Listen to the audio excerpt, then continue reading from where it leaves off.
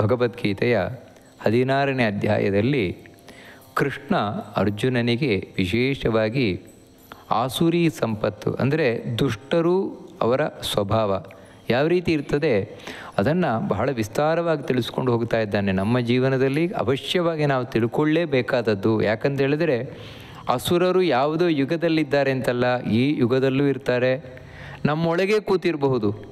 ಅಂತಹ ಅಸುರರನ್ನು ಹೊರಗೆ ಹಾಕಬೇಕು ಅಂತ ಹೇಳಿದ್ರೆ ಆ ಆಸುರಿ ಗುಣಗಳನ್ನು ನಾವು ಹೊರಗೆ ಹಾಕಬೇಕು. ಅದಕ್ಕೋಸ್ಕರ ಅದೇನೇನು ಅಂತ ಕೃಷ್ಣ ತಿಳ್ಕೊಂಡು ಹೋಗ್ತಾ ಇದ್ದಾನೆ. ಅದನ್ನು ನಾವು ನೋಡ್ಕೊಂಡು ಬರ್ತಾ ಇದ್ದೇವೆ. ಅದರಲ್ಲಿ ಕೃಷ್ಣ ಹೇಳ್ತಾನೆ, ಆತ್ಮಸಂಭಾವಿತ ಸ್ತಬ್ಧ ಧನಮಾನಮದಾನ್ವಿತಾ ಯಜಂತೆ ನಾಮ ಯಜ್ಞೈಸ್ತೆ ದಂಭೇನ ವಿಧಿಪೂರ್ವಕಂ. ವಾಸ್ತವಿಕವಾಗಿ ಈ ಆಸುರಿ ಸ್ವಭಾವವನ್ನು ಹೊಂದಿದವರು, ಆಸುರಿ ಗುಣ ಹೊಂದಿದವರು, ಕೆಟ್ಟ ಸ್ವಭಾವ ಹೊಂದಿದವರು ಯಾವ ರೀತಿ ಇರ್ತಾರೆ ಅಂತ ಹೇಳಿದರೆ ಯಜ್ಞ ಯಾಗಾದಿಗಳನ್ನು ಮಾಡ್ತಾರವರು. ಯಾಕೆ ಯಜ್ಞ ಯಾಗ ಪೂಜೆ ಪುನಸ್ಕಾರ ಮುಂತಾದವುಗಳನ್ನೆಲ್ಲ ಯಾಕೆ ಮಾಡ್ತಾರೆ ಅಂತ ಹೇಳಿದರೆ ದೇವರ ಮೇಲೆ ಭಕ್ತಿಯಿಂದಲ್ಲ, ಧರ್ಮದ ಮೇಲೆ ಶ್ರದ್ಧೆಯಿಂದಲ್ಲ. ಮತ್ತು ಯಾಕೋಸ್ಕರ ಅಂತ ಹೇಳಿದರೆ ಕೇವಲ ತಮ್ಮನ್ನು ದೊಡ್ಡವರನ್ನಾಗಿ ಮಾಡ್ಕೊಳ್ಳಿಕ್ಕೋಸ್ಕರ.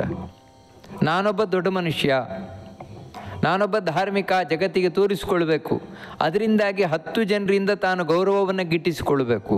ಅದಕ್ಕೋಸ್ಕರ. ಯಾಕಂದರೆ ಅವರೊಳಗಿರೋದು ಏನೆಂದರೆ ಆತ್ಮಸಂಭಾವಿತ ಅಂತ ಹೇಳ್ತಾನೆ. ಒಳಗಿರೋದು ನಾನೇ ದೊಡ್ಡವನು ಅಂತ. ನನ್ನಷ್ಟು ದೊಡ್ಡವರು ಯಾರಿದ್ದಾರೆ? ನನ್ನಷ್ಟು ದುಡ್ಡು ಖರ್ಚು ಮಾಡುವವರು ಯಾರಿದ್ದಾರೆ? ಅಂದರೆ ಹೀಗೆ ಒಳಗಿನಿಂದ ಇರುವಂಥದ್ದು ಇಂತಹ ಗ್ರೇಟ್ನೆಸ್ಸೇ. ಅದರಿಂದಾಗಿ ಇನ್ನೊಬ್ಬರಿಗೆ ಬೆಲೆ ಕೊಡುವಂತಹ ಸ್ವಭಾವವೇ ಅಲ್ಲ ಅದು. ಮತ್ತೇನೆಂದರೆ ಎಲ್ಲರೂ ನನಗೆ ಬೆಲೆ ಕೊಡಬೇಕು ಅಂತ. ನೋಡಿ, ಇಂಥ ವ್ಯಕ್ತಿಗಳು ಯಾವ ರೀತಿ ಇರ್ತಾರೆ ಅಂತ ಹೇಳಿದರೆ, ಯಾವುದೋ ಒಂದು ದೇವಸ್ಥಾನ, ಆ ದೇವಸ್ಥಾನದಲ್ಲಿ ಒಂದು ಸೇವೆ ಕೊಡ್ತಾರೆ ಅಂತ ತಿಳ್ಕೊಳ್ಳಿ. 1 ಲಕ್ಷದ ಸೇವೆಯನ್ನು ಕೊಟ್ಟರೆ, 1 ಲಕ್ಷದ ಸೇವೆಯನ್ನು ಕೊಟ್ಟರೆ ಅವರ ಮನಸ್ಸಿನಲ್ಲಿ ಏನಿರ್ತದೆ ಅಂತ ಹೇಳಿದರೆ, ಇವತ್ತು ನಾನು 1 ಲಕ್ಷ ಕೊಟ್ಟಂತಹ ಸೇವಾಕರ್ತ. ಅದರಿಂದ ಏನು ಅಂತ ಹೇಳಿದ್ರೆ ಆ ದೇವಾಲಯದ ಬಳಿಯಲ್ಲಿ ಬರುವಾಗಲೇ ಇವನ ಮನಸ್ಸಿನಲ್ಲಿ ಏನು ಲೆಕ್ಕಾಚಾರ ಮಾಡ್ಕೊಳ್ತಾನೆ ಅಂತ ಹೇಳಿದರೆ, ಇವತ್ತು ಆ ದೇವಸ್ಥಾನದವರು ನನಗೆ ಹೆಚ್ಚಿನ ಗೌರವ ಕೊಡ್ತಾರೆ. ಯಾಕಂತ ಹೇಳಿದರೆ ನಾನು ದೊಡ್ಡ ಸೇವಾಕರ್ತ ಅಲ್ವಾ, ಎಲ್ರಿಗಿಂತ ದೊಡ್ಡ ಸೇವೆ ಕೊಟ್ಟಿದ್ದೇನೆ, 1 ಲಕ್ಷ ರೂಪಾಯಿ ಕೊಟ್ಟಿದ್ದೇನೆ ನಾನು ಇವತ್ತು ದೇವರಿಗೆ. ಅದಕ್ಕೆ ನನಗೆ ಅಷ್ಟು ಬೆಲೆ ಕೊಡಬೇಕು, ಗೌರವ ಕೊಡಬೇಕು. ಇದನ್ನೇ ಅವನಲ್ಲಿ ಬಯಸುವಂಥದ್ದು. ವಾಸ್ತವಿಕವಾಗಿ ಇವನು 1 ಲಕ್ಷ ಕೊಟ್ಟದ್ದು ಯಾಕೋಸ್ಕರ ಅಂತ ಹೇಳಿದ್ರೆ, ಅವತ್ತು ದೇವರ ಸೇವೆಯನ್ನು ಮಾಡಲಿಕ್ಕೆ ಪರ್ಮಿಷನನ್ನು ಅದು ಬೇಡಿದ್ದು. 1 ಲಕ್ಷ ಇವತ್ತು ನನಗೆ ಸೇವೆ ಮಾಡಲಿಕ್ಕೆ ಒಂದು ಅವಕಾಶ ಕೊಡ್ರಿ ಅಂತ. ಯಾವಾಗ ನಾನು ಸೇವೆಗೋಸ್ಕರ ತೊಡಗಿದೆ, ಸೇವಕನಾದೆ, ಆಗ ಎಲ್ಲಕ್ಕಿಂತ ಮುಖ್ಯ ಬೇಕಾದದ್ದೇನು ಅಂತ ಹೇಳಿದರೆ ವಿನಯ, ಹೊರತು ಅಹಂಕಾರ ಅಲ್ಲ. ಮತ್ತು ಎಲ್ಲರಿಗಿಂತ ಸಣ್ಣವನು ನಾನು ಅಂತ ಇರಬೇಕೆ ಹೊರತು ಎಲ್ಲರಿಗಿಂತ ದೊಡ್ಡವನು ನಾನು ಅಂತ ಇರಬಾರ್ದು. ಆದರೆ ಯಾವಾಗ ಮನುಷ್ಯನ ಒಳಗೆ ಈ ಆತ್ಮ ಅಂದರೆ ನನಗಿಂತ ದೊಡ್ಡವರು ಯಾರಿಲ್ಲ ಅಂತ ಇರ್ತದೆ, ಆವಾಗ ಅವನು ಅದನ್ನೇ ಬಯಸ್ತಾನೆ. ಅದರಿಂದಾಗಿ ದೇವಸ್ಥಾನಕ್ಕೆ ಬರ್ತಾನೆ, ಅಥವಾ ತಾನೊಂದು ಯಜ್ಞ ಮಾಡಿಸ್ತಾನೆ. ಯಜ್ಞ ಮಾಡಿದರೂ ಕೂಡ ಅವನು ಬಯಸುವುದೇನು ಅಂತ ಹೇಳಿದ್ರೆ ಎಲ್ಲರೂ ದೇವರನ್ನು ಹೊಗಳಬೇಕು ಅಂತಲ್ಲ, ಮತ್ತು ನನ್ನನ್ನು ಹೊಗಳಬೇಕು ಅಂತ. ಅದಕ್ಕೆ ಅವನು ಕಡೆಗೆ ಏನು ಬಯಸ್ತಾನೆ ಅಂದರೆ, ಸ್ವಾಮಿ ನಿಮ್ಮ ಹಾಗೆ ಯಜ್ಞ ಮಾಡಿದವರು ಯಾರೂ ಇಲ್ಲ, ಹೋಮ ಮಾಡಿದವರು ಯಾರೂ ಇಲ್ಲ, ನಿಮ್ಮ ಹಾಗೆ ಕಾರ್ಯಕ್ರಮ ಮಾಡಿದವರು ಯಾರೂ ಇಲ್ಲ. ಏನು ಮಾಡಿಸಿದ್ರಿ ಸ್ವಾಮಿ, ನ ಭೂತೋ ನ ಭವಿಷ್ಯತಿ, ಹಿಂದೆ ಮಾಡಿಸಿಲ್ಲ ಮುಂದೆ ಮಾಡಿಸಲ್ಲ, ಈ ರೀತಿಯೆಲ್ಲ ಹೊಗಳಿದ್ರೆ ಖುಷಿ. ಅದಕ್ಕೋಸ್ಕರ ಎಲ್ಲ ಒಂದು ಕಾರ್ಯಕ್ರಮ, ಧಾರ್ಮಿಕ ಕಾರ್ಯಕ್ರಮ ಮಾಡಿದರೆ ಕಡೆಗೆ ಅವನು ಹೇಳೋದೇನೆಂದರೆ, ಅವರು ಈ ರೀತಿ ಹೊಗಳಿ ಹೋದರು, ಇವರು ಈ ರೀತಿ ಹೊಗಳಿ ಹೋದರು, ಈ ರೀತಿ ಇವರು ಯಾರನ್ನು ಹೊಗಳಿದ್ದು? ದೇವರನ್ನಲ್ಲ, ನನ್ನನ್ನು. ಯಾಕಂದರೆ ಒಳಗಿರೋದು ನಾನೇ ಗ್ರೇಟ್ ಅಂತ. ಇದಿರುವುದರಿಂದಲೇ, ಇಂತಹ ಒಳಗೆ ತನ್ನ ದೊಡ್ಡಸ್ತಿಕೆ ಇರುವುದರಿಂದಲೇ ಸ್ತಬ್ಧಾಹ, ಯಾರಿಗೂ ತಲೆಬಾಗದ ಮಂದಿಯವರು. ಎಲ್ಲಿವರೆಗೆ ಅಂತ ಹೇಳಿದರೆ, ಒಂದು ಯಜ್ಞವನ್ನು ಮಾಡಿಸ್ಬೇಕಾದ್ರೆ ಅಲ್ಲಿ ಯಜ್ಞ ಮಾಡುವವರು ಬರ್ತಾರೆ, ಪುರೋಹಿತರು ಬರ್ತಾರೆ, ಅವರಿಗೂ ಬೆಲೆ ಕೊಡುವವನಲ್ಲ ಇವನು. ಯಾಕೆ ಅಂತ ಹೇಳಿದರೆ, ನಾನು ನನ್ನ ದೊಡ್ಡತನವನ್ನು ತೋರಿಸ್ಲಿಕ್ಕೆ ಮಾಡ್ತಾ ಇದ್ದೇನೆ, ಇವರೆಲ್ಲ ಏನೇ ಈ ಪುರೋಹಿತಕ್ಕೆ ಬರುವವರು ದುಡ್ಡು ಚೆಲ್ಲಿದರೆ ಯಾವನು ಬರ್ತಾನೆ, ಇವರೇನು ಯಾರು ಬರ್ತಾರೆ, ಇವರೇನಾದರೂ ಹೊಟ್ಟೆ ಪಾರಿಗೆ ಬಂದವರು ಮಾಡ್ತಾ ಇದ್ದಾರೆ ಅಷ್ಟೇ. ಅಂದರೆ ಏನಂದರೆ ದುಡ್ಡಿನ ಆಸೆಗೋಸ್ಕರ ಅವ್ರು ಮಾಡ್ತಾ ಇದ್ದಾರೆ. ಅವರಿಗೆ ದುಡ್ಡು ಕೊಡ್ತಾ ಇರುವವನು ನಾನು ಯಜಮಾನ, ಅವರಿಗೆಲ್ಲ ದುಡ್ಡನ್ನು ಕೊಡುವ ಯಜಮಾನ. ನೋಡಿ, ಇಂತಹ ಒಂದು ದೊಡ್ಡತನ, ದಡ್ಡತನ ಇರ್ತದೆ. ಅದರಿಂದಾಗಿ ಯಾರಿಗೂ ತಲೆಬಾಗೋಲ್ಲ. ಎಷ್ಟು ಆಶ್ಚರ್ಯ ಇರ್ತದೆ ಅಂತೇಳಿದರೆ, ಕೆಲವು ಮಂದಿ ಕೋಟಿ ಕೋಟಿ ರೂಪಾಯಿ ಖರ್ಚು ಮಾಡಿ ಧಾರ್ಮಿಕ ಕಾರ್ಯಕ್ರಮಗಳನ್ನು ಮಾಡಿಸ್ಬೋದು. ಅಷ್ಟು ಮಾಡಿಸಿದ್ರು ಆಶ್ಚರ್ಯ ಏನಂದರೆ, ಮೊದಲಿನಿಂದ ಕಡೆ ತನಕ ದೇವರಿಗೊಂದು ಕೈ ಮುಗಿಯೋಲ್ಲ, ಒಂದು ನಮಸ್ಕಾರ ಮಾಡಲ್ಲ. ಕಾರಣ ಏನಂದರೆ, ಒಳಗಿನಿಂದ ದೇವರಲ್ಲಿ ಭಕ್ತಿಯ ಲವಲೇಶವೂ ಇಲ್ಲ, ಧರ್ಮದ ಬಗ್ಗೆ ಶ್ರದ್ಧೆಯೂ ಇಲ್ಲ.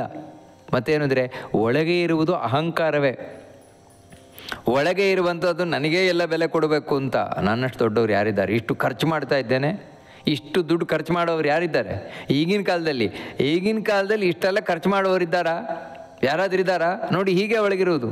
ಅದಕ್ಕಾಗಿ ಯಾರಿಗೂ ತಲೆಭಾಗದ ಮಂದಿ ಧನಮಾನ ಮದಾನ್ವಿತ, ಅತ್ಯಂತ ಮದದಿಂದ ಕೂಡಿದ ವ್ಯಕ್ತಿ. ಅಂದರೆ ಆನೆಗೆ ಮದ ಬರುತ್ತೆ ಅಂತ ಕೇಳ್ತೇವಲ್ವ. ಮದ ಬರುತ್ತೆ ಅಂತ ಹೇಳಿದ್ರೆ ಅದನ್ನು ತಡೆಯುವವರು ಯಾರೂ ಇಲ್ವೇ ಇಲ್ಲ, ತಡೆಯಲಿಕ್ಕೆ ಆಗೋಲ್ಲ. ಆ ರೀತಿ ಇವರಿಗೇನು ಅಂತ ಹೇಳಿದ್ರೆ, ದುಡ್ಡಿದೆ, ಬೇಕಾದಷ್ಟು ದುಡ್ಡಿದೆ, ಆ ದುಡ್ಡಿನದ್ದೇ ಮದ. ಮತ್ತು ದುಡ್ಡಿರುವಾಗ 4 ಜನ ಗೌರವ ಕೊಡ್ತಾರಲ್ವಾ, ಆ ದುಡ್ಡಿದ್ದರಿಂದ 4 ಜನ ಗೌರವ ಕೊಡ್ತಾರಲ್ವಾ, ಅದರಿಂದಾಗಿ ಇನ್ನೂ ಮದ ಹೆಚ್ಚಾಗ್ಬಿಟ್ಟಿದೆ. ನನಗೆ ಎಲ್ಲೋದ್ರೂ ಬೆಲೆ ಸಿಗಲೇಬೇಕು. ಯಾಕಂತ ಹೇಳಿದ್ರೆ, ನಾನು ಇಷ್ಟು ಏನು ಕೋಟಿ ಕೋಟಿ ಗಟ್ಟಲೆ ಸಂಪಾದನೆ ಮಾಡಿದವನು, ಇದೆಲ್ಲ ಚಲ್ತೇನೆ. ದುಡ್ಡು ಚೆಲ್ಲಿದ್ರೆ ಎಲ್ಲ ಕಡೆ ಎಲ್ಲವೂ ಸಿಗತ್ತೆ. ನೋಡಿ, ಈ ರೀತಿ ದುಡ್ಡಿನ ಮದದಿಂದಾಗಿ, 4 ಜನ ಕೊಡುವಂತಹ ಗೌರವದಿಂದಾಗಿ ನೆತ್ತಿಗೇರಿದ ಮಂದಿ, ಆ ಮದ ನೆತ್ತಿಗೇರಿದ ಮಂದಿ. ಯಾವ ರೀತಿ ಆನೆಗೆ ಮದ ಏರಿದಾಗ ಯಾರನ್ನೂ ಲೆಕ್ಕಿಸುವುದಿಲ್ವಲ್ಲ, ಆ ರೀತಿ ಇವರು ಇರ್ತಾರೆ.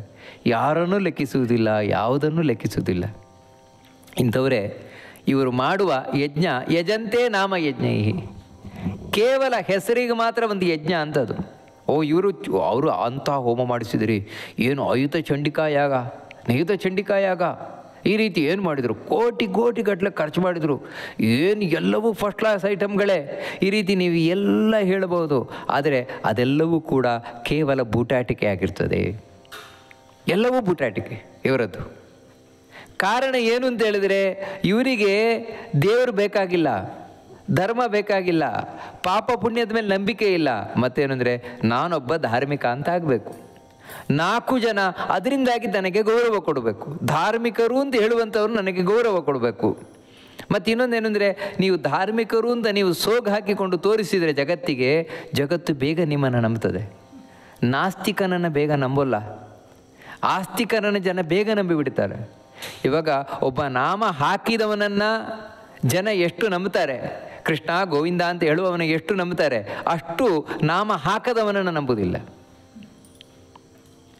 ನಾಸ್ತಿಕನನ್ನು ನಂಬುವುದಿಲ್ಲ. ಅದಕ್ಕೆ ಜಗತ್ತನ್ನು ನಂಬಿಸ್ಲಿಕ್ಕೋಸ್ಕರ ಇವರು ಯಜ್ಞ ಮಾಡ್ತಾರೆ.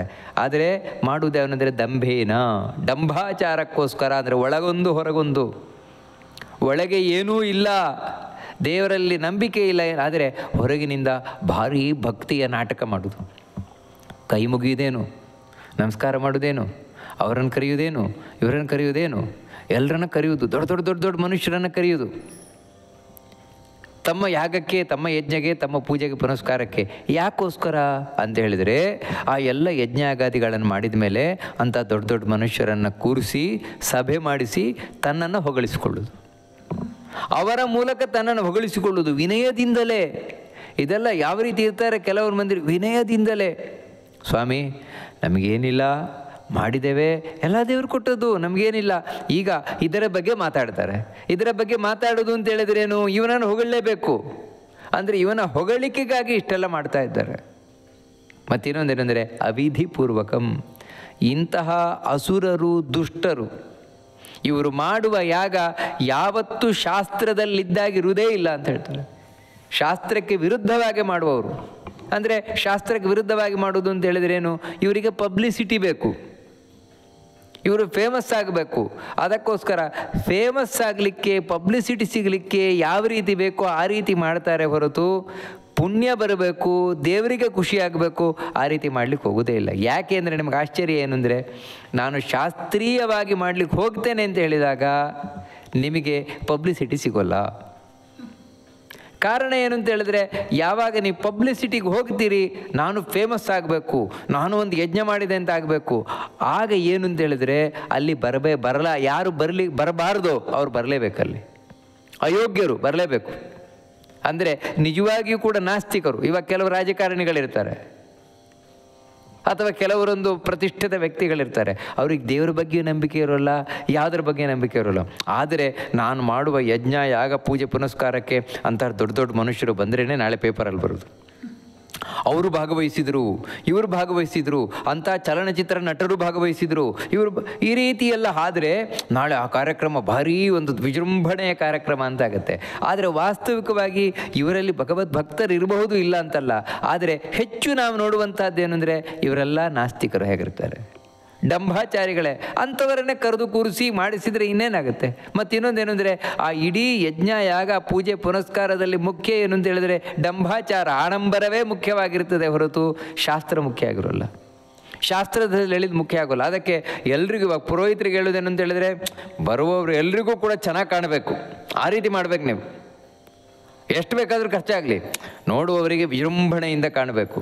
ಅಂದರೆ ನೋಡುವವರಿಗೆ ಕಾಣಬೇಕು ಯಾವ ರೀತಿ ಮುಖ್ಯ ಹೊರತು ದೇವರಿಗೆ ಯಾವ ರೀತಿ ತೃಪ್ತಿ ಆಗಬೇಕು ಅದು ಮುಖ್ಯ ಇರೋಲ್ಲ ಅಲ್ಲಿ. ನೋಡಿ, ಅದಕ್ಕೋಸ್ಕರ ಒಂದೇ ಒಂದು ಶುದ್ಧವಾದ ಹೂವನ್ನು ತಂದಾಕೋಲ್ಲ.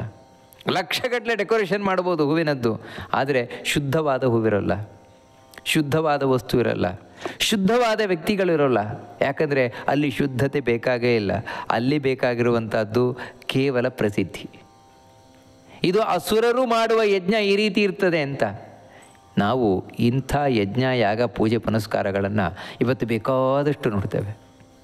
ಅದನ್ನೇ ಕೃಷ್ಣ ಅವತ್ತು ಸ್ಪಷ್ಟವಾಗಿ ಹೇಳಿದ್ದಾನೆ. ಎಷ್ಟು ಮಾತ್ರ ಅಲ್ಲ, ಇನ್ನು ಹೇಗೆ ದುಷ್ಟರಿರ್ತಾರೆ ಅಂದರೆ ಅಹಂಕಾರಂ ಬಲಂ ದರ್ಪಂ ಕಾಮಂ ಕ್ರೋಧಂಚ ಸಂಶ್ರಿತಾ ಮಾಮಾತ್ಮಪರದೇಹೇಷು ಪ್ರದ್ವಿಷಂತೋಭ್ಯಸೂಯಕಾಃ. ಇವರು ಆಶ್ರಯಿಸಿಬಿಟ್ಟಿದ್ದಾರೆ. ಆಶ್ರಯಿಸಿದ್ದಾರೆ ಅಂದರೆ ಅರ್ಥ ಏನು ಅಂತ ಹೇಳಿದ್ರೆ ಇವರು ನಂಬ್ಕೊಂಡು ಬದುಕ್ತಾ ಇರು ಇದನ್ನೇ. ಇವರ ಜೀವನದಲ್ಲಿ ಇವರಿಗೆ ನಂಬಿಕೆಯೇ ಇದರಲ್ಲಿ. ಯಾವುದರಲ್ಲಿ? ಅಹಂಕಾರದಲ್ಲಿ. ಅಹಂಕಾರವನ್ನು ನಂಬಿ ಬದುಕುವ ಮಂದಿ ಇವರು ಅಂತ ಹೇಳ್ತಾನೆ. ಏನ್ರಿ ಅಹಂಕಾರ ನಂಬಿ ಬದುಕಲಿಕ್ಕೆ ಬರ್ತದ? ಹೌದು. ಅದರಿಂದಾಗಿ ಇವರ ಬಳಿ ಅಹಂಕಾರ ಇದೆ. ಎಲ್ಲ ನಾನೇ ಮಾಡ್ತಾ ಇರೋದು, ಎಲ್ಲ ನನ್ನಿಂದಲೇ ಆಗ್ತಾ ಇರೋದು, ನಾನು ಬಿಟ್ಟರೆ ಇನ್ನೊಬ್ರು ಇಲ್ಲವೇ ಇಲ್ಲ, ಈ ರೀತಿಯೇ ಒಳಗೆ ಇರುವ ಭಾವನೆ ಇವರಿಗೆ. ಒಂದೊಮ್ಮೆ ನೀವು ಈ ಭಾವನೆ ತಪ್ಪು ಅಂತ ಹೇಳಿದ್ರೆ ನೋಡು, ಹಾಗೆಲ್ಲ ಹೇಳಬೇಡಪ್ಪ, ದೇವರು ದೊಡ್ಡವನಿದ್ದಾನೆ, ಅವನು ಮಾಡಿಸಿದರೆ ನಾವು ಮಾಡ್ತೇವಷ್ಟೇ, ಇಲ್ಲದ್ರೆ ನಮಗೇನು ಮಾಡಲಿಕ್ಕಾಗತ್ತೆ? ನಾವೇನೂ ಇಲ್ಲ. ಒಂದು ದೇವ್ರ ಇಚ್ಛೆ ಇಲ್ಲದೆ ಒಂದು ಹುಲ್ಲು ಕಡ್ಡಿಯೂ ಕೂಡ ಚಲಿಸ್ಲಿಕ್ಕೆ ಆಗೋಲ್ಲಪ್ಪ, ಅಷ್ಟು ನಾವು ಅಸ್ವತಂತ್ರರಾಗಿದ್ದೇವೆ. ಈ ರೀತಿ ಎಲ್ಲ ಅವ್ರ ಮುಂದೆ ಹೇಳ್ರಿ, ಯಾವುದನ್ನು ಕೇಳಲಿಕ್ಕೆ ತಯಾರಿಲ್ಲ ಅವರು. ಯಾವ ದೇವ್ರು ಬರ್ತಾನೆ? ಯಾವ ದೇವ್ರು ಏನು ಮಾಡ್ತಾನೆ? ನಾವು ಕಷ್ಟಪಡ್ತೇವೆ, ನಾವು ದುಡಿತೇವೆ ಅಷ್ಟೇ. ನಾನು ಕಷ್ಟಪಟ್ಟಿದ್ದರ ಫಲ ಇವತ್ತು ನಾನು ಅನುಭವಿಸ್ತಾ ಇದ್ದೇನೆ. 10 ಜನ ನನಗೆ ಹೊಗಳುತ್ತಾ ಇದ್ದಾರೆ, ಕೋಟಿಗಟ್ಟಲೆ ಸಂಪಾದನೆ ಮಾಡಿದ್ದೇವೆ ಅಂದರೆ ನನ್ನ ಬೆವರು ಸೂಸಿದ ಫಲ ಇದು. ಯಾವ ದೇವರು ಇಲ್ಲ, ಯಾವ ಧರ್ಮವೂ ಇಲ್ಲ, ಏನಿಲ್ಲ. ಅಂದರೆ ಹೀಗೆ ನಾನೇ ಎಲ್ಲ ಅಂತ ಅಹಂಕಾರದಿಂದ ಕೂಡಿದ ಮಂದಿ ಇವರು. ಅದರಿಂದಾಗಿಯೇ ನಿಜವಾಗಿಯೂ ಕೂಡ ಇದನ್ನೇ ಆಶ್ರಯಿಸಿದವನು. ಅಂದರೆ ಬಿಡಲ್ಲ ಅವರು. ನೀವು ಏನು ಹೇಳಿದ್ರು ಅಹಂಕಾರ ಬಿಡಲ್ಲ. ಒಳಗೆ ಅಹಂಕಾರ ಕೂತೇ ಇರ್ತದೆ ಅವರು. ಒಬ್ಬ ವ್ಯಕ್ತಿಗೆ ಅಹಂಕಾರ ಇದೆ ಅಂತ ಹೇಗೆ ಗೊತ್ತಾಗತ್ತೆ ಅಂದರೆ ಆ ಕಾರಣದಿಂದಲೇ ಅವರಿಗೆ ಯಾರಾದರೂ ಏನಾದರೂ ಒಂದು ಚೂರು ಕೆಟ್ಟದ್ದು ಹೇಳಿಬಿಟ್ರೆ ಸಹಿಸ್ಕೊಳ್ಳಿಕ್ಕಾಗೋದೇ ಇಲ್ಲ. ಹೇಳಿದವ್ರ ಬಗ್ಗೆ ಕೋಪ ಬರ್ತದೆ, ಹೇಳಿದವ್ರ ಬಗ್ಗೆ ದ್ವೇಷ ಬರ್ತದೆ, ಹೇಳಿದವರಿಗೆ ಏನಾದರೂ ಕೆಟ್ಟದ್ದು ಮಾಡಬೇಕು ಅಂತ ಬಯಕೆ ಬರ್ತದೆ. ಕಾರಣ ಏನಂದರೆ ಅದಕ್ಕೆ ಎದುರಿನಲ್ಲಿ ಯಾರು ಹೇಳಿದ್ರಲ್ಲ ಅವ್ರ ಕಾರಣ ಅಲ್ಲ, ಮತ್ತು ಇವನೊಳಗೆ ಕೂತಿದೆಯಲ್ವ ನಾನು ಗ್ರೇಟ್, ಇವನ ಗ್ರೇಟ್ ಅಂತ ಏನಿದೆ ಭಾವನೆ ಅದಕ್ಕೆ ಪೆಟ್ಟು ಬಿದ್ದು ಕೂಡಲೇ ಕೋಪ ಬರ್ಲಿಕ್ಕೆ ಶುರುವಾಯಿತು. ಅಂದರೆ ಇವೆಲ್ಲ ಏನು ಅಂತ ಹೇಳಿದ್ರೆ ಒಂಥರ ಸೈಕಾಲಜಿ ಇದು. ಅಹಂಕಾರವನ್ನೇ ಅದಕ್ಕೆ ನಂಬಿ ಕೂತವ್ರು ಇವರು, ಬಿಡಲ್ಲ.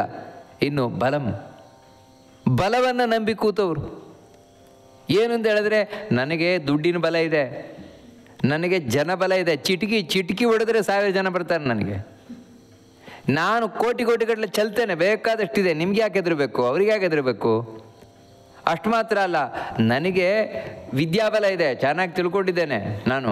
ನೋಡಿ, ಈ ರೀತಿ ಯಾವುದು ನಿಜವಾಗಿಯೂ ಕೂಡ ವಿನಯಕ್ಕೆ ಕಾರಣ ಆಗಬೇಕು ಅವನ್ನೆಲ್ಲವೂ ಇವನಿಗೆ ಮದಕ್ಕೆ ಕಾರಣವಾಗಿರ್ತದೆ. ಏನಂದರೆ ಈ ಬಲ, ದೈಹಿಕ ಬಲವೂ ಇವನಿಗಷ್ಟೇ. ಏನು ಒಂದು ಕೊಟ್ಟೆ ಅಂತ ಹೇಳಿದ್ರೆ ಅಲ್ಲೇ ಹಲ್ಮುರ್ಕೊಂಬಿದ್ದುಬಿಡ್ತೀಯ ನೀನು ಅಂತ ಹೇಳಿದ್ರೆ ನನಗಷ್ಟು ಶಕ್ತಿ ಇದೆ. ಒಂದು ಒದ್ದೆ ಅಂತ ಹೇಳಿದ್ರೆ ಇಲ್ಲಿಂದ 10 ಮೈಲಿ ದೂರವಾಗಿ ಬೀಳ್ತೀಯ ನೀನು. ಅಂದರೆ ಅರ್ಥ ಏನಂದರೆ ನನಗಷ್ಟು ಶಕ್ತಿ ಇದೆ, ನಾನು ಶಕ್ತಿವಂತ.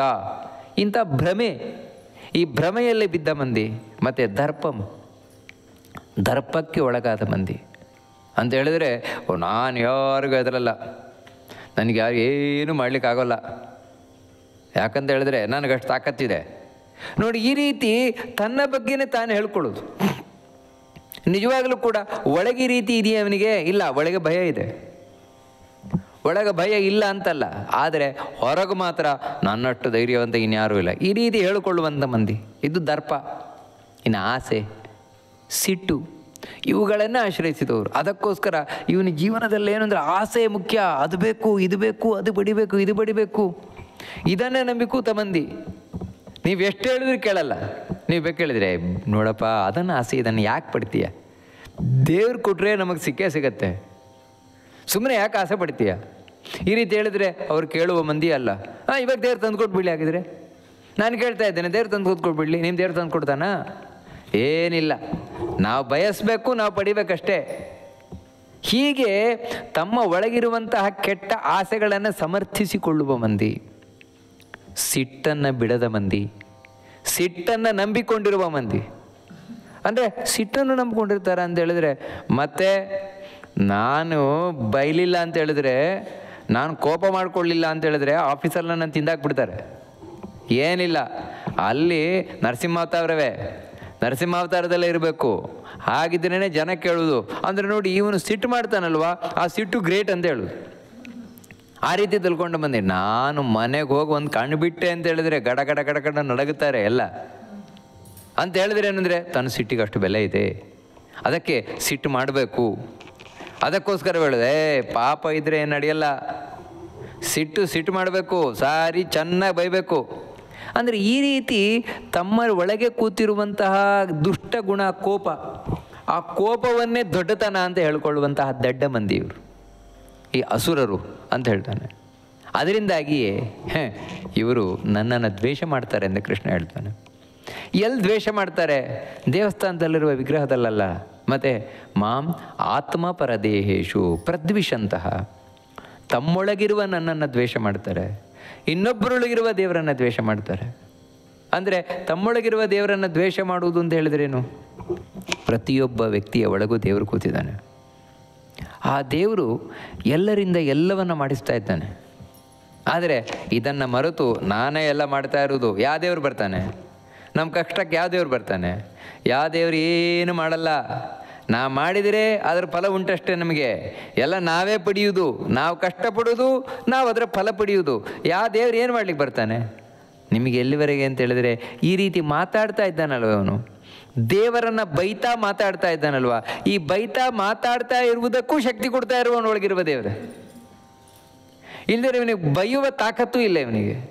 ಆದರೆ ಆ ಪಾಪಿಯಾದಂತಹ ವ್ಯಕ್ತಿಗೆ ಅದು ಅರ್ಥ ಆಗೋಲ್ಲ. ದೇವರಿಲ್ಲ ಅಂತ ಹೇಳಿದ್ರೆ ಉಸಿರಾಟವೂ ನಡೆಯೋದಿಲ್ಲ, ಕೂತವನು ಹೇಳಲಿಕ್ಕಾಗೋಲ್ಲ, ಬದುಕೇ ಇಲ್ಲ. ತನು ನಿನ್ನದು, ಜೀವನ ನಿನ್ನದು ಅಂತ ಹೇಳಿದಾಗ ಈ ಜೀವನವೇ ದೇವರಿಂದಾಗಿರೋದು. ದೇವರು ಮನಸ್ಸು ಮಾಡಿದ್ನ ಸಾಕು ಅಂತ ಮುಂದಿನ ಒಂದು ಕ್ಷಣದಲ್ಲಿ ಜೀವ ತೆಗೆದುಬಿಡ್ಬೋದು. ಅದಕ್ಕೆ ರೋಗ ಬರಬೇಕು ಅಂತಿಲ್ಲ, ಆಯುಷ್ಯ ಮುಗಿಬೇಕು ಅಂತಿಲ್ಲ.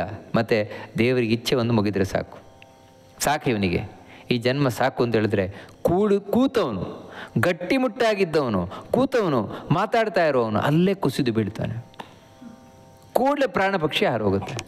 ಯಾರ ಕೈಯಲ್ಲಿದೆ ಇದು? ಇವನು ಇಷ್ಟು ಜಂಭದಿಂದ ಕೊಚ್ಕೊಳ್ತಾ ಇದ್ನಲ್ವ, ಎಲ್ಲಿಗೆ ಹೋಯ್ತು? ಇಲ್ಲ, ಅರ್ಥ ಆಗೋದಿಲ್ಲ ಅವನಿಗೆ. ಅದಕ್ಕೋಸ್ಕರ ತನ್ನನ್ನೇ ತಾನು ಹೊಗಳ್ತಾನೆ. ನಾನೇ ಮಾಡಿದ್ದು ಅದನ್ನು, ನನ್ನಿಂದಲೇ ಆದದ್ದು. ಯಾವ ದೇವರು ಬಂದ ಅದನ್ನು ಮಾಡಲಿಕ್ಕೆ? ಯಾವ ದೇವರು ಬಂದ? ಇದನ್ನು ಮಾಡಲಿಕ್ಕೆ ಇದೇ ದೇವರು ಬಂದ? ನಾನೇ ನಾನೇ ನಾನೇ ಅಂತ ಹೇಳ್ತಾನೆ. ವಸ್ತುವಾಗಿ ಇವನು ಒಳಗಿರುವ ದೇವರು ಮಾಡಿಸ್ಲಿಲ್ಲ ಅಂದರೆ ಇವನಿಗೇನೂ ಮಾಡಲಿಕ್ಕಾಗೋಲ್ಲ. ಆದರೆ ಅದೆಲ್ಲ ಅರ್ಥವೇ ಆಗೋದ ಮಂದಿ ಇವನಿಗೆ. ಅಷ್ಟು ಮಾತ್ರ ಅಲ್ಲ, ಪರದೇಹೇಶು, ಬೇರೆ ಒಳಗಿರುವ ದೇವರು. ಅವ್ರು ನನಗೆ ಕೆಟ್ಟದ್ದು ಮಾಡಿಬಿಟ್ರು, ಇವ್ರು ನನಗೆ ಕೆಟ್ಟದ್ದು ಮಾಡಿದ್ದಾರೆ ಅಂದರೆ ಸಿಕ್ಕಾಪಟ್ಟೆ ಬೈಯೋದು, ಅವ್ರಿಗೆ ಬೈಯೋದು, ಇವ್ರಿಗೆ ಬೈಯೋದು. ಹೌದು, ಇನ್ನೊಬ್ರಿಗೆ ಬೈತೇವಲ್ವಾ? ಯಾರಿಗದು ಬೈಯೋದು? ಇನ್ನೊಬ್ರಿಗೆ ಬೈಯೋದು ಅಂತ ಹೇಳಿದ್ರೆ ಅವರುಗಳು ಒಳಗಿರುವ ದೇವರಿಗೆ ಬೈಯೋದು. ಆದರೆ ಇದು ಅರ್ಥ ಮಾಡ್ಕೊಳ್ಳಲ್ಲ. ಅದಕ್ಕೋಸ್ಕರ ಮಾಂ ಆತ್ಮ ಪರದೇಹೇಶು, ಬೇರೆಯವರಲ್ಲಿ ದೇವರನ್ನು ದ್ವೇಷ ಮಾಡ್ತಾರೆ, ಒಳಗಿರುವ ದೇವರನ್ನು. ತಮ್ಮೊಳಗಿರುವ ದೇವರನ್ನು ದ್ವೇಷ ಮಾಡ್ತಾರೆ. ಯಾಕಂದರೆ ದೇವರಿಗೆ ಬೈಯುವ ಮೂಲಕ. ಎರಡು, ಪ್ರದ್ವಿಷಂತಹ ಅಭ್ಯಸೂಯಕ, ದೇವರನ್ನು ಕಂಡ್ರಾಗೋಲ್ಲ. ದ್ವೇಷ, ದೇವರ ಮೇಲೆ ದ್ವೇಷ. ಅಂದರೆ ಯಾರು ನಾಸ್ತಿಕರು ಇರ್ತಾರೆ, ನಾಸ್ತಿಕರಿಗೆ ನಾಸ್ತಿಕರಾಗಿರಲಿಕ್ಕೆ ಕಾರಣವೇ ಅವ್ರಿಗೆ ದೇವರ ಬಗ್ಗೆ ಇರುವ ದ್ವೇಷ, ಧರ್ಮದ ಬಗ್ಗೆ ಇರುವ ದ್ವೇಷ. ಅದಕ್ಕಾಗಿ ಇವರು ಏನು ಮಾಡ್ತಾರೆ ಅಂದರೆ ದೇವರನ್ನು ದ್ವೇಷ ಮಾಡ್ತಾ ಇರ್ತಾರೆ.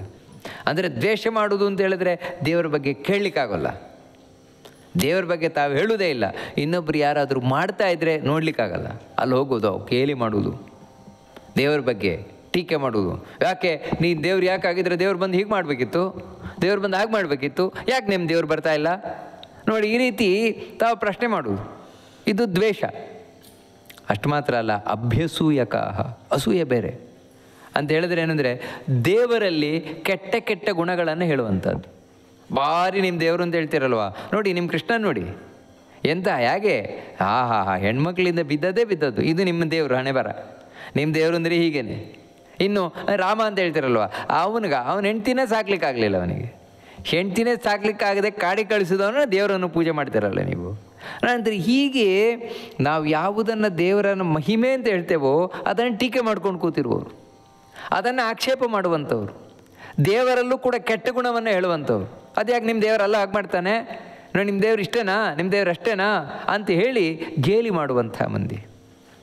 ವಾಸ್ತವಿಕವಾಗಿ ಇವರೆಲ್ಲರೂ ಅಸೂರರಾಗಿರ್ತಾರೆ. ಇಂಥ ದುರ್ಗುಣಗಳು ನಮ್ಮಲ್ಲೂ ಇರಬಹುದು, ಅದನ್ನು ತಿದ್ದುಕೊಳ್ಳಲೇಬೇಕಾದದ್ದು ಅವಶ್ಯಕವಾಗಿ. ಯಾವುದೇ ಕಾರಣಕ್ಕೂ ನಾವು ದೇವರನ್ನು ದ್ವೇಷ ಮಾಡುವುದಿಲ್ಲ ಅಂತಲ್ಲ, ದೇವರನ್ನು ದ್ವೇಷ ಮಾಡ್ತೇವೆ ನಾವು. ಅದರಿಂದಾಗಿ ನಾಸ್ತಿಕರು ಮಾತ್ರ ದೇವರನ್ನು ದ್ವೇಷ ಮಾಡುವುದಿಲ್ಲ, ಆಸ್ತಿಕರು ಎಡಿಸಿಕೊಂಡವರು ದ್ವೇಷ ಮಾಡ್ತಾರೆ. ಅದಕ್ಕಾಗಿಯೇ ನಮ್ಮ ಜೀವನದಲ್ಲಿ ಏನೇ ಕಷ್ಟ ಬಂದರೂ ಮೊದಲು ನಾವು ಯಾರನ್ನು ಆಕ್ಷೇಪ ಮಾಡೋದು? ದೇವರನ್ನೇ. ದೇವ್ರು ಯಾಕೆ ನನಗಿಂತ ಕಷ್ಟ ಕೊಡ್ತಾ ಇದ್ದಾನೆ?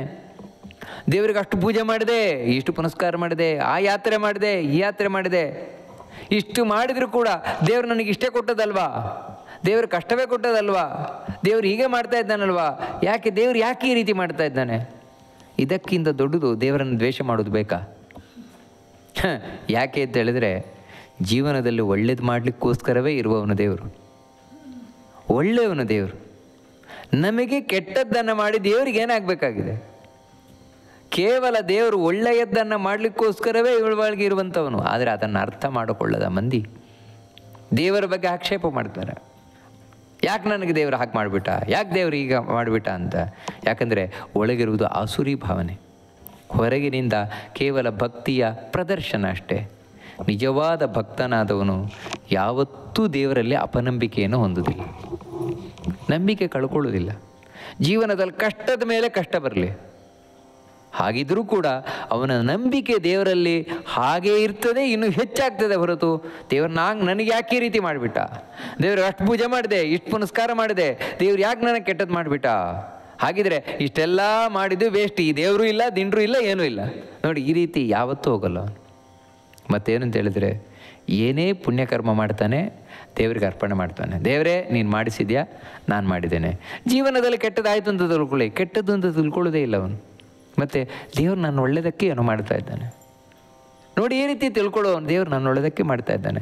ಅದಕ್ಕೋಸ್ಕರ ದೇವರನ್ನು ಕುರಿತು ಯಾವತ್ತೂ ಅಸೂಯೆ ಪಡೆದವ, ದೇವರಲ್ಲಿ ಕೆಟ್ಟದ್ದನ್ನು ಯಾವತ್ತೂ ಆರೋಪ ಮಾಡದೇ ಇರುವವನು. ನಾವಾದರೆ ಇಷ್ಟು ಪೂಜೆ ಪುನಸ್ಕಾರ ಮಾಡಿದೆ, ಕಡೆಗೆ ನನಗೆ ಇಷ್ಟೇ ಕೊಟ್ಟನಲ್ಲ ದೇವರು ಅಂತ ಹೇಳಿದ್ರೆ, ದೇವರಿಗೆ ಇಷ್ಟು ಮಾಡಿದರೂ ಕೂಡ ಅವನು ದೇವರು ಏನೂ ಒಳ್ಳೇದು ಮಾಡೋಲ್ಲ ಅಂತ ಹೇಳಿದ್ರೆ ದೇವರಲ್ಲಿ ದೋಷವನ್ನು ಹೇಳುವ ಮಂದಿ. ಇದು ಅಸುರರಲ್ಲಿ ಕಾಣುವುದು. ಕೃಷ್ಣ ಹೇಳ್ತಾನೆ, ತಾನಹಂ ದ್ವಿಷತ ಕ್ರೂರಾನ್ ಸಂಸಾರೇಷು ನರಾಧಮಾನ್ ಕ್ಷಿಪಾಂ ಯಜಸ್ರಂ ಅಶುಭಾನ್ ಆಸುರೀಶ್ವೇವ ಯೋನಿಷು. ನಾನು ಬಿಡುವುದಿಲ್ಲ ಅಂತ ಹೇಳ್ತಾನೆ. ಯಾರು ನನ್ನನ್ನು ಈ ರೀತಿ ದ್ವೇಷವನ್ನು ಮಾಡ್ತಾರೆ, ಎಲ್ಲಕ್ಕಿಂತ ದೇವರನ್ನ ಕುರಿತಾಗಿ ನಾವು ಮಾಡುವ ದೊಡ್ಡ ದ್ವೇಷ ಏನು ಅಂತ ಹೇಳಿದ್ರೆ, ನನ್ನಲ್ಲಾಗಲಿ ಇನ್ನೊಬ್ಬರಲ್ಲಾಗಲಿ ನಾವೇನು ಮಾಡುವ ದೊಡ್ಡ ದ್ವೇಷ ಅಂದರೆ ನಾನೇ ದೇವರು ಅಂತ ಹೇಳೋದು. ನಾನೇ ದೇವರು, ಅಹಂ ಬ್ರಹ್ಮಾಸ್ಮಿ, ನಾನೇ ದೇವರು ಅಂತ ಹೇಳುವುದಕ್ಕಿಂತ ದೇವರನ್ನು ಕುರಿತಾಗಿ ಇನ್ನೊಂದು ದ್ವೇಷ ಅನ್ನೋದು ಇಲ್ಲವೇ ಇಲ್ಲ.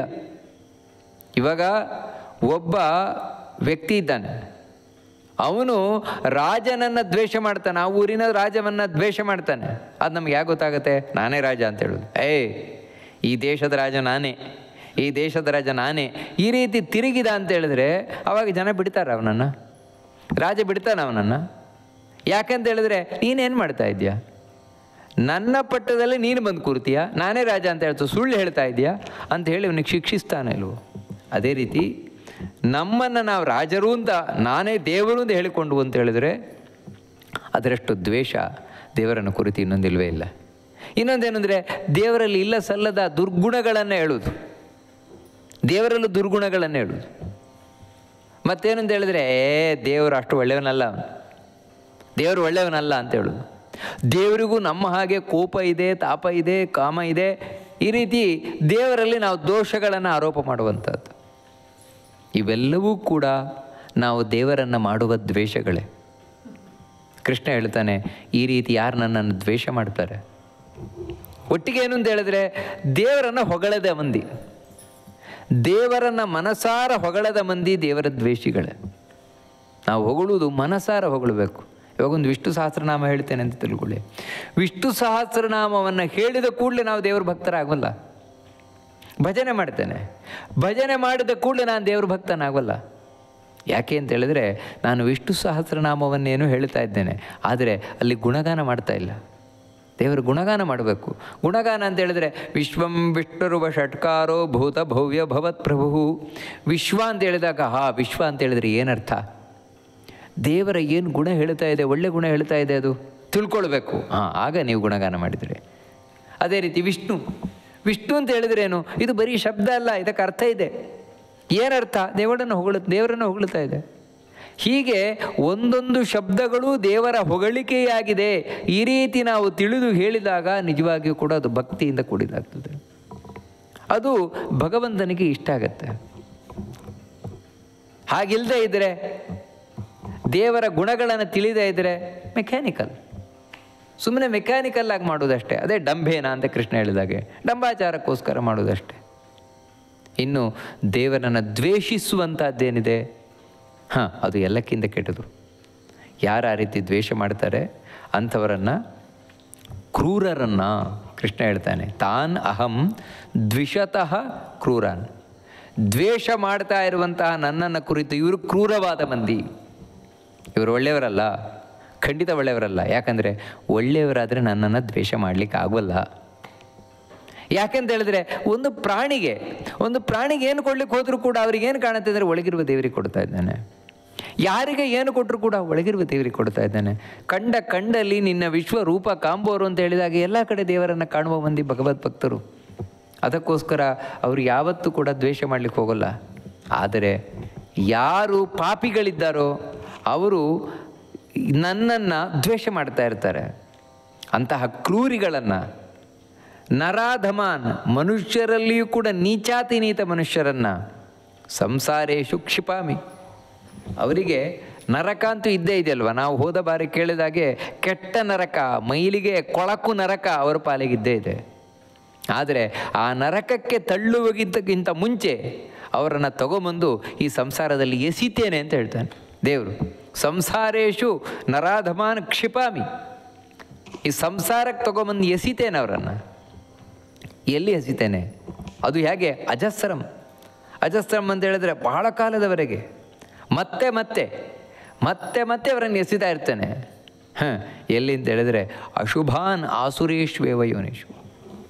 ಇಂಥ ಪಾಪಿಗಳನ್ನು, ಒಳ್ಳೆಯದ್ದನ್ನು ಮಾಡದ ಮಂದಿ, ಒಳ್ಳೆಯದ್ದನ್ನು ಯೋಚಿಸಿದ ಮಂದಿ, ಇಂಥವರನ್ನು ಮತ್ತೆ ಮತ್ತೆ ಇಲ್ಲಿ ತಂದು ಹಾಕ್ತಾ ಇರ್ತಾನೆ. ಎಲ್ಲಿ ಅಂತ ಹೇಳಿದ್ರೆ ಆಸುರೀಶ್ವೇವ ಯೋನಿಷು. ಕೆಟ್ಟ ಜನ್ಮದಲ್ಲಿಯೇ, ಅಸುರ ಜನ್ಮದಲ್ಲಿಯೇ ನಾನು ಅವರನ್ನು ಮತ್ತೆ ಮತ್ತೆ ಮತ್ತೆ ತಂದು ಹಾಕ್ತಾ ಇರ್ತಾನೆ. ಅಂದರೆ ಇದರ ಅರ್ಥ ಏನು ಅಂದರೆ, ಒಬ್ಬ ವ್ಯಕ್ತಿ ಮತ್ತೆ ಮತ್ತೆ ಕೆಟ್ಟ ಜನ್ಮದಲ್ಲಿ, ದುಷ್ಟ ಜನ್ಮದಲ್ಲಿ ಹುಟ್ಟಿ ಬರ್ತಾನೆಂದರೆ ಅದಕ್ಕೆ ಮೂಲ ಕಾರಣ ಕೃಷ್ಣನನ್ನು ದ್ವೇಷ ಮಾಡೋದು. ಕೃಷ್ಣನ ದ್ವೇಷವೇ ಕೆಟ್ಟ ಜನ್ಮದಲ್ಲಿ ಹುಟ್ಟಿಸ್ತದೆ. ಕೃಷ್ಣನಲ್ಲಿ ಭಕ್ತಿಯೇ ನಮ್ಮನ್ನು ಒಳ್ಳೆಯ ಜನ್ಮದಲ್ಲಿ ಹುಟ್ಟಿಸ್ತದೆ. ಈ ಹುಟ್ಟುವಿಕೆಯಿಂದಲೇ ನಮ್ಮನ್ನು ಪಾರು ಮಾಡ್ತದೆ. ಅಷ್ಟು ಮಾತ್ರ ಅಲ್ಲ, ಆಸುರೀಂ ಯೋನಿಮಾಪನ್ನಾ ಮೂಢಾ ಜನ್ಮನಿ ಜನ್ಮನಿ ಮಾಮಪ್ರಾಪ್ಯೇವ ಕೌಂತೇಯ ತಥೋ ಯಾಂತ್ಯಧಮಾಂ ಗತಿಂ. ಇಲ್ಲಿ ತಂದು ಅವರನ್ನು ಅಸುರ ಜನ್ಮದಲ್ಲಿಯೇ, ಕೆಟ್ಟ ದುಷ್ಟ ಜನ್ಮದಲ್ಲಿಯೇ ಹುಟ್ಟಿಸ್ತೇನೆ. ಹುಟ್ಲಿ ಬಿಡಿ, ಏನಾಯಿತು? ಹುಟ್ಕೊಂಡ್ರಲ್ವಾ? ಯಾಕೋ ಮನುಷ್ಯರಾಗಿ ಹುಟ್ಕೊಂಡ್ರಲ್ವಾ? ಮನುಷ್ಯರಾಗಿ ಹುಟ್ಟುವುದು ಮುಖ್ಯ ಅಲ್ಲ. ಇಲ್ಲಿ ಏನು ಮಾಡಬೇಕು ಅದು ಮಾಡುವುದು ಮುಖ್ಯ. ಏನೇ ಆಗಲಿ ಬಿಡಿ, ಶಾಲೆಗೆ ಅಡ್ಮಿಷನ್ ಆಯ್ತಲ್ಲ, ಅಂದರೆ ಶಾಲೆಗೆ ಅಡ್ಮಿಷನ್ ಆಗೋದೇ ಮುಖ್ಯ ಅಲ್ಲ. ಅಡ್ಮಿಷನ್ ಮಾಡಿದ್ದು ಯಾಕಂತ ಹೇಳಿದ್ರೆ ಹುಡುಗ ರ್ಯಾಂಕ್ ಬರಬೇಕು ಅಂತ, ಎಕ್ಸಾಮಲ್ಲಿ ರ್ಯಾಂಕ್ ಬರಬೇಕು ಅಂತ. ಇವನು ಅಡ್ಮಿಷನ್ ಮಾತ್ರ ಮಾಡಿದ, ಮತ್ತು ಎಕ್ಸಾಮಿನೇಷನಲ್ಲಿ 0, ಶಾಲೆಗೆ ಸೇರಿಸಿ ಏನು ಲಾಭ ಬಂತು? ಹಾಂ, ಅದೇ ರೀತಿ ಇಲ್ಲಿಯೂ ಕೂಡ ನಿಜವಾಗಿಯೂ ಕೂಡ ಒಬ್ಬ ವ್ಯಕ್ತಿ ಇಲ್ಲಿ ಬಂದು ಉದ್ಧಾರ ಆಗಬೇಕಾಗಿದೆ. ಅದಾಗಲಿಲ್ಲ. ಆಸುರಿಂ ಯೋನಿಮಾಪನ್ನ, ಈ ಅಸುರ ಜನ್ಮದಲ್ಲೇ ಮತ್ತೆ ಮತ್ತೆ ಹುಟ್ಟಿ ಬರ್ತಾ ಇದ್ದಾನವನು ಅಂತ ಹೇಳಿದರೆ ಮೂಢಾಹ, ಮೂರ್ಖನಾಗ್ತಾನೆ, ದಡ್ಡನಾಗ್ತಾನೆ. ಅದು ಎಲ್ಲಿ? ಒಂದು ಜನ್ಮದಲ್ಲ, ಜನ್ಮನಿ ಜನ್ಮನಿ. ಒಂದೊಂದು ಜನ್ಮಕ್ಕಿಂತ ಇನ್ನೊಂದು ಜನ್ಮದಲ್ಲಿ ಹೆಚ್ಚು ಮೂರ್ಖನಾಗ್ತಾ ಹೋಗ್ತಾನೆ, ಹೆಚ್ಚು ಮೂರ್ಖನಾಗ್ತಾ ಹೋಗ್ತಾನೆ. ಯಾಕೆ ಅಂತ ಹೇಳಿದ್ರೆ ದೇವರನ್ನು ದ್ವೇಷ ಮಾಡ್ತಾ ಇರೋದ್ರಿಂದಾಗಿ. ದೇವರ ದ್ವೇಷ ಯಾವತ್ತಿಂದ ಯಾವತ್ತಿಗೂ ನಮ್ಮನ್ನು ಮೇಲಕ್ಕೇರಿಸುವುದಿಲ್ಲ, ಕೃಷ್ಣನ ದ್ವೇಷ ಅನ್ನೋದು. ಮತ್ತೇನೆಂದರೆ ಮತ್ತೆ ಮತ್ತೆ ಮತ್ತೆ ನಮ್ಮನ್ನು ಕೆಳಕ್ಕಾಗ್ತಾ ಕಡೆಗೆಲ್ಲವರೆಂದರೆ ಮಾಂ ಅಪ್ರಾಪ್ಯೈವ ಕೌಂತೆಯ ತಥೋ ಯಾತ್ಯಧಮಾಂ ಗತಿಂ. ನನ್ನನ್ನು ಹೊಂದುವುದೇ ಇಲ್ಲ ಅವರು, ನನ್ನ ಬಳಿಗೆ ಬರುವುದೇ ಇಲ್ಲ, ನನ್ನ ನೆನಪಾಗುವುದೇ ಇಲ್ಲ, ನನ್ನ ಭಕ್ತಿಯೇ ಇಲ್ಲ ಅವರಲ್ಲಿ. ಅದಕ್ಕೋಸ್ಕರ ನನ್ನನ್ನು ಪಡೆಯದೆಯೇ ಅವರೇನೆಂದರೆ ತಥೋ ಯಾಂತಿ ಅಧಮಾಂ ಗತಿಂ, ಕೆಟ್ಟ ಕೆಳಗಿನ ಲೋಕವನ್ನು ಹೋಗಿ ಸೇರ್ತಾರೆ, ನರಕ ಲೋಕವನ್ನು. ನರಕದಲ್ಲಿಯೂ ಕೂಡ ಅಂಧಂತಮಸ್ತು ಇದೆ, ಅತ್ಯಂತ ಘೋರವಾದ ನರಕ. ಆ ನರಕದಲ್ಲಿ ಹೋಗಿ ಶಾಶ್ವತವಾಗಿ ಬೀಳ್ತಾರೆ. ಅಂದರೆ ಕೃಷ್ಣ ಏನು ಹೇಳಿದಾಗಾಯಿತು ಅಂತ ಹೇಳಿದರೆ, ದೇವರನ್ನು ದ್ವೇಷ ಮಾಡುವವರು ಯಾವತ್ತೂ ನಾವು ಉದ್ಧಾರ ಆಗ್ತೇವೆ ಅಂತ ಎಣಿಸಿದರೆ ಅದು ಸುಳ್ಳು. ಕೃಷ್ಣನನ್ನು, ನಾರಾಯಣನನ್ನು ದ್ವೇಷ ಮಾಡುವ ಮಂದಿ ಯಾವತ್ತಿಂದ ಯಾವತ್ತಿಗೂ ಉದ್ಧಾರ ಆಗೋಲ್ಲ. ಸತ್ತ ಮೇಲಂತೂ ನರಕ ಗತಿಯವರಿಗೆ. ಇಲ್ಲಿ ಹುಟ್ಟಿ ಬಂದರೂ ಕೂಡ ಕೆಟ್ಟ ಜನ್ಮದಲ್ಲಿಯೇ ಹುಟ್ಟಿ ಬರ್ತಾರೆ ಹೊರತು ಒಳ್ಳೆಯ ಜನ್ಮದಲ್ಲಿ ಹುಟ್ಟಿ ಬರುವುದಿಲ್ಲ, ಒಳ್ಳೆಯವರಾಗಿ ಬದುಕುವುದಿಲ್ಲ ಅಂತ ಕೃಷ್ಣ ಬಹಳ ಮುಖ್ಯವಾದ ಎಚ್ಚರಿಕೆಯನ್ನು ಕೊಡ್ತಾ ಇದ್ದಾನೆ. ಅಂದರೆ ನಾವು ಕೂಡ ಅಸುರ ಜನ್ಮದಲ್ಲಿ, ಅಂದರೆ ಅಸುರ ಭಾವನೆಗಳು ನಮ್ಮಲ್ಲಿದ್ದರೆ ನಮ್ಮನ್ನು ಅಸುರರನ್ನಾಗಿ ಮಾಡಿಬಿಡ್ತದೆ. ಅದಕ್ಕೆ ಆ ರೀತಿ ಆಗದೇ ಇರುವಂತೆ ನಾವು ಏನು ಮಾಡಬೇಕು ಅದನ್ನು ಮುಂದೆ ಕೃಷ್ಣ ಹೇಳ್ತಾನೆ. ನಮ್ಮಿಂದ ಕೆಟ್ಟದ್ದಾಗ್ತದಲ್ವಾ, ಅದು ಯಾವುದರಿಂದಾಗಿ, ಹೇಗೆ ಕೆಟ್ಟದ್ದಾಗತ್ತೆ, ಆ ಕೆಟ್ಟದ್ದನ್ನು ಬಿಡುವುದು ಹೇಗೆ, ಮುಂದೆ ಅದನ್ನು ತಿಳಿಸ್ಕೊಂಡು ಹೋಗ್ತಾನೆ. ಅದೇ ಅಂತ ಹೇಳುವುದನ್ನು ಮುಂದೆ ನೋಡೋಣ ಅಂತ ಹೇಳ್ತಾ ಈ ಉಪನ್ಯಾಸವನ್ನು ಮಧ್ವಾಂತರ್ಗತ ಆ ಕೃಷ್ಣನಿಗೆ ಅರ್ಪಣೆಯನ್ನು ಮಾಡೋಣ. ಶ್ರೀಕೃಷ್ಣ ಅರ್ಪಣಮಸ್ತು.